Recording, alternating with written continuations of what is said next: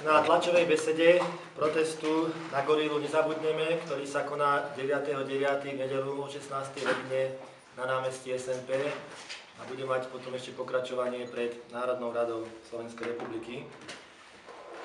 Sme tu celý prípravný výbor tohto protestu, Agnieszka Torebková, členka Vízie 21, Robert Mihály, ktorý tu za generáciu 89, a ja som Andrej Lučný, člen občianskeho združenia Priama demokracia.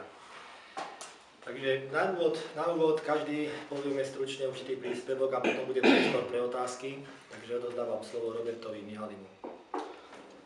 Takže túto tlačovú konferenciu sme zvolili najmä z toho dôvodu, že by sme radi verejnosť a médiá informovali o našom zámere návratu protigorilových protestov naspäť do ulic, miest.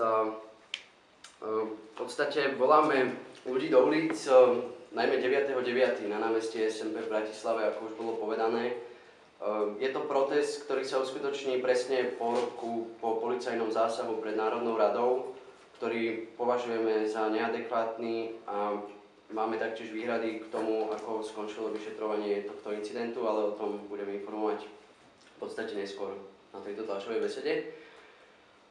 Túto akciu zvolávame najmä pretože záujem o kauzu Gorila utíka tak ako v spoločnosti, rovnako i v médiách.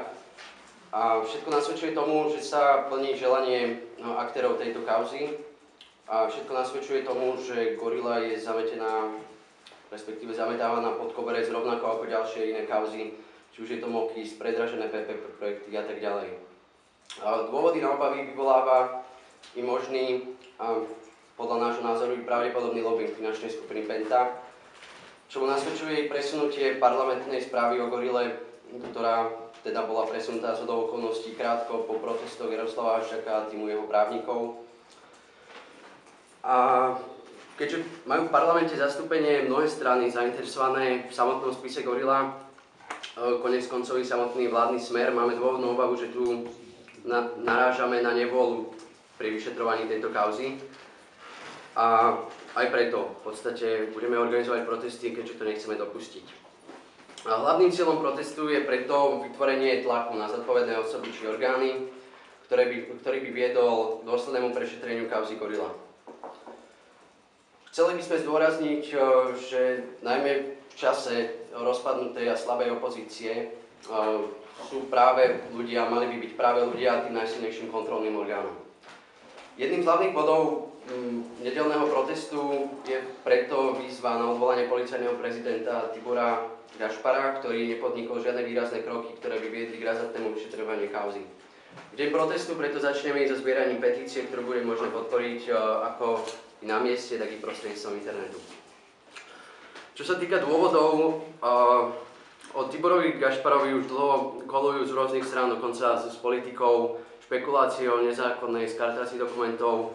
Konec koncov, ako iste všetci viete, Tibor Gašpar mal spis Gorila v rukách už v roku 2009 a už v tom čase nepodnikol žiadne kroky, preto sa domnievame, že ani teraz nemá vôľu na to, aby túto kauzu prešetril.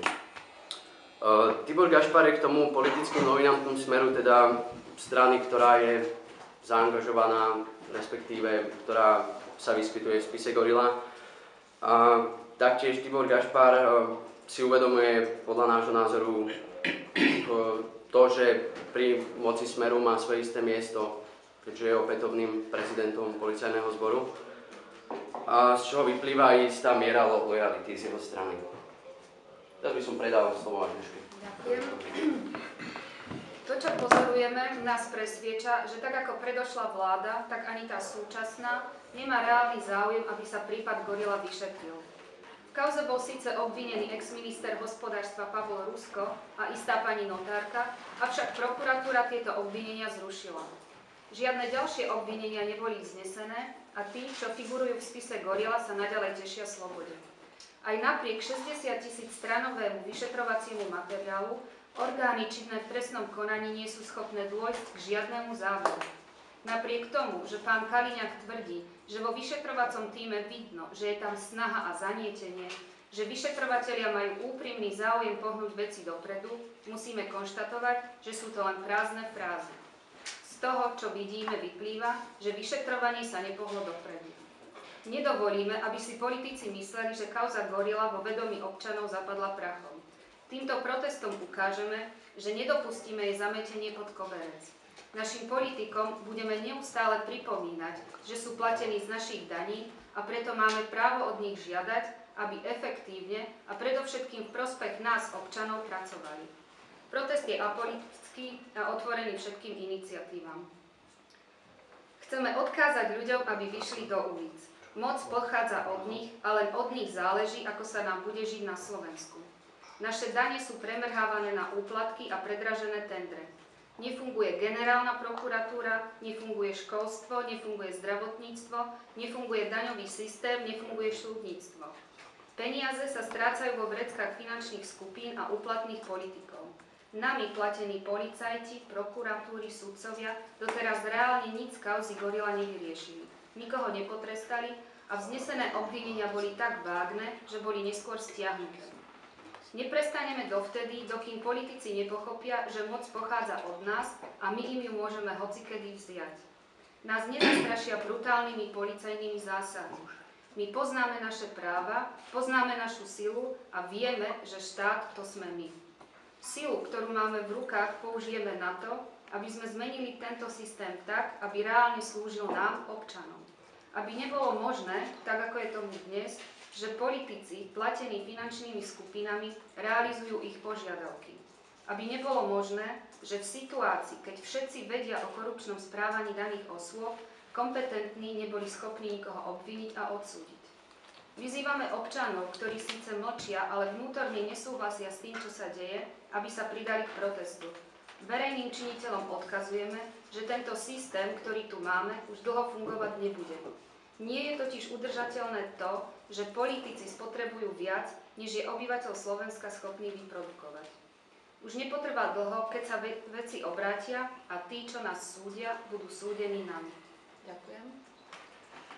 Tento protest zvolávame, pretože sme presvedčení a rozhodne nie sme v tomto názore osamotení, že naša spoločnosť sa nachádza vo vážnej kríze.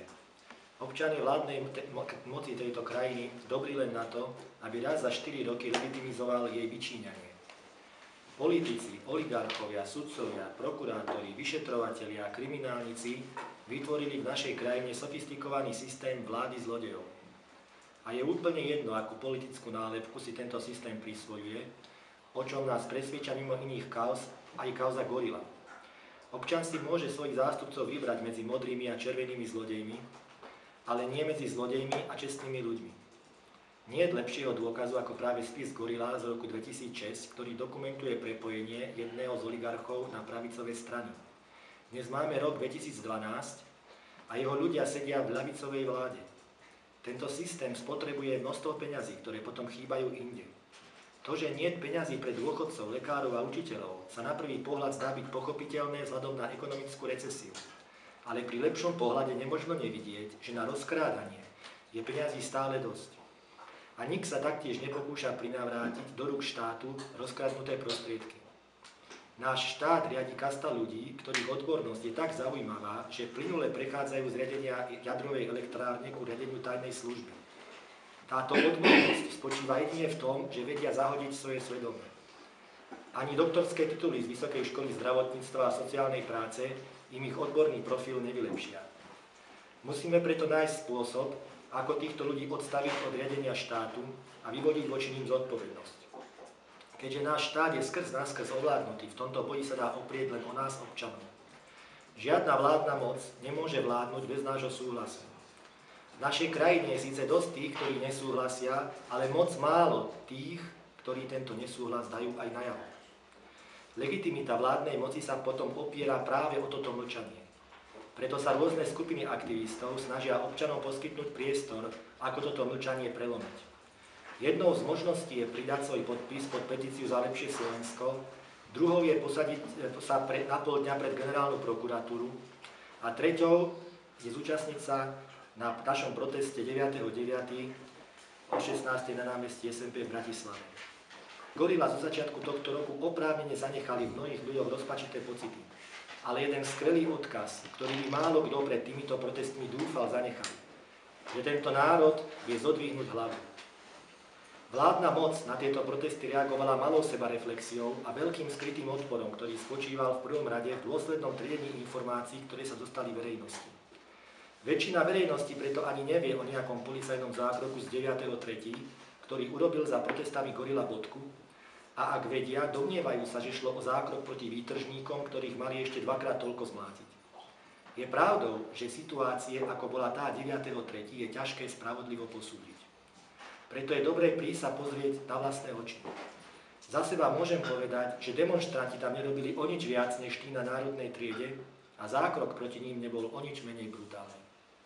A už vôbec nie je pravda, že tam nikto nebol zranený. Polícia tam nezatýkala ani výtržníkov, ani extrémistov, ani futbalových fanúšikov, ale ľudí, ktorí sa líšili od ostatných len tým, že sa postavili a povedali: rozkradli ste našu krajinu a patríte za to do basy. Každý režim bráni svoje základné princípy. A podľa toho, čo sa stalo 9.3. pred Národnou radou Slovenskej republiky, vieme, že základným princípom tejto krajiny nie je demokracia, ale korupcia. Dovidenia nedeľu o 16. na námestí SNP Bratislava. No, čo sa ešte týka, keď už stále spomíname 9.3., ako bolo možno evidentné tuto z textu kolegu, jeden z politikov, vtedajší minister vnútra Daniel Lipšic, sa vyjadril, že na proteste nikto nebol zranený. Čo samozrejme nie je pravda. Polícia dodnes nepriznala, že pri zásahu použili gumové projektily, na čo sú dôkazy ako i v niektorých médiách, tak i od svedkov. Je samozrejme, a je to zreteľné z niektorých videí, že na tomto proteste skutočne padali kamene, konec koncov bol zranený jeden policajt, ktorý mal zlomené rebro. Avšak stále si myslíme, že zákrok bol absolútne neadekvátny, pretože z niektorých videí, ktoré natáčali dokonca policajti v civile, ktorými disponuje ministerstvo vnútra, bolo evidentné, že sa jednalo o iba niekoľko osôb, voči ktorým mohol byť zákrok vykonaný v podstate osobitne jednotlivo. Takže polícia nemala dôvod na to, aby zasahovala proti celému davu, približne 500 ľudí, kde boli aj starší ľudia, dôchodcovia, tehotné ženy, menšie deti. Takže vlastne v tomto smere sa bude niesť vlastne časť nedeľného protestu. Pôjdeme z námestia SNP okolo prezidentského paláca až k Národnej rade, presne na miesto, kde bol vlastne tento zákrok polície vykonaný. A pripomenieme si ho aj vlastne so svedkami a zranenými z tejto udalosti, tak i niekoľkými zapálenými sviečkami a vlastne jednotlivými príhovormi na mieste. Čo sa týka ďalších vecí, v podstate uvidíme, ako na tom bude účasť. Dúfame, že to bude čo najviac ľudí, aj keď si uvedomujeme, že samozrejme tie vášne utichli a nemôžeme čakať situáciu z januára, respektíve februára, keď bolo na ulici aj 10 000 ľudí. Avšak, ako hovorím, dúfame v čo najvyšší počet. Včera sme začali vlastne s propagačnou kampaňou mimo sociálnych sietí. Bratislavu postupne zaplnia takéto plagáty. Sú to vlastne westernové plagáty, ktoré hľadajú osoby zločincov a tak ďalej. Takže skúsime v podstate ako organizátori teda podniknúť všetky kroky, aby tá účasť bola čo najvyššia.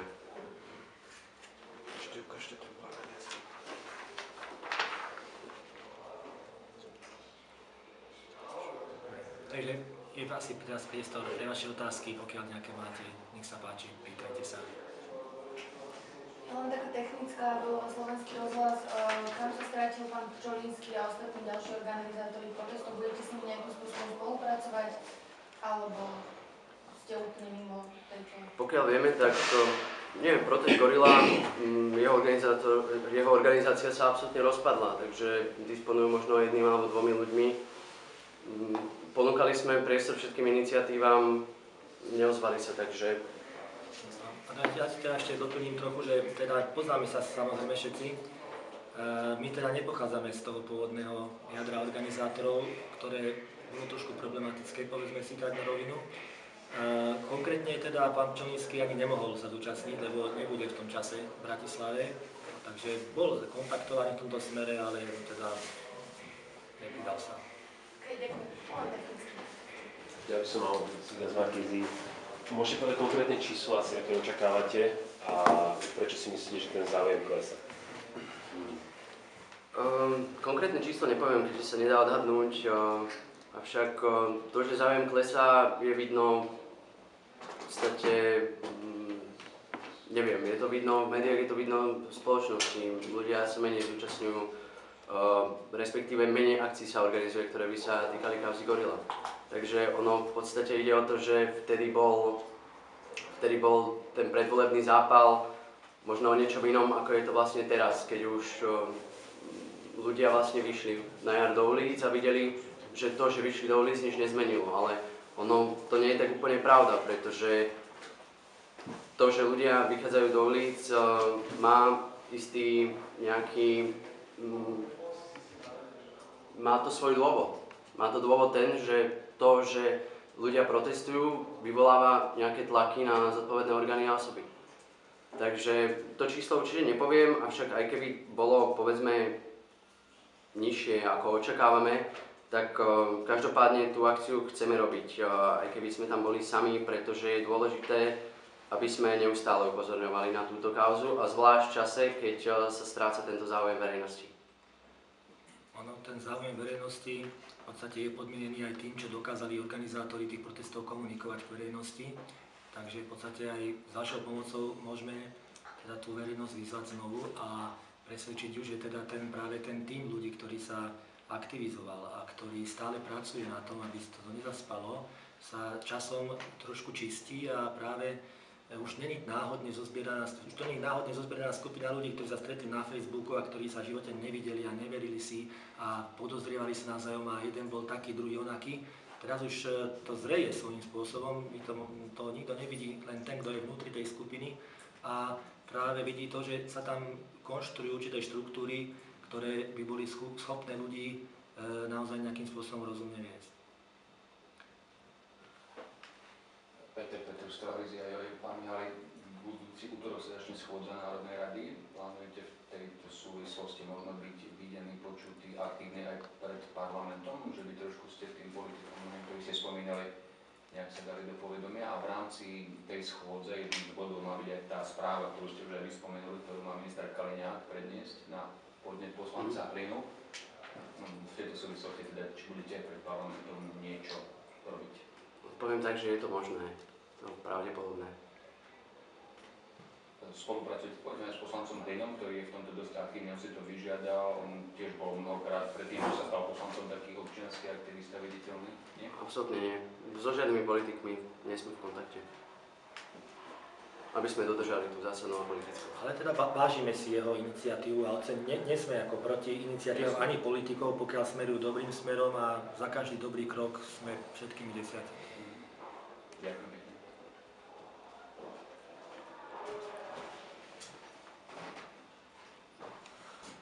Tak ďakujeme za vašu účasť. Ďakujem pekne a dovidenia v nedelu.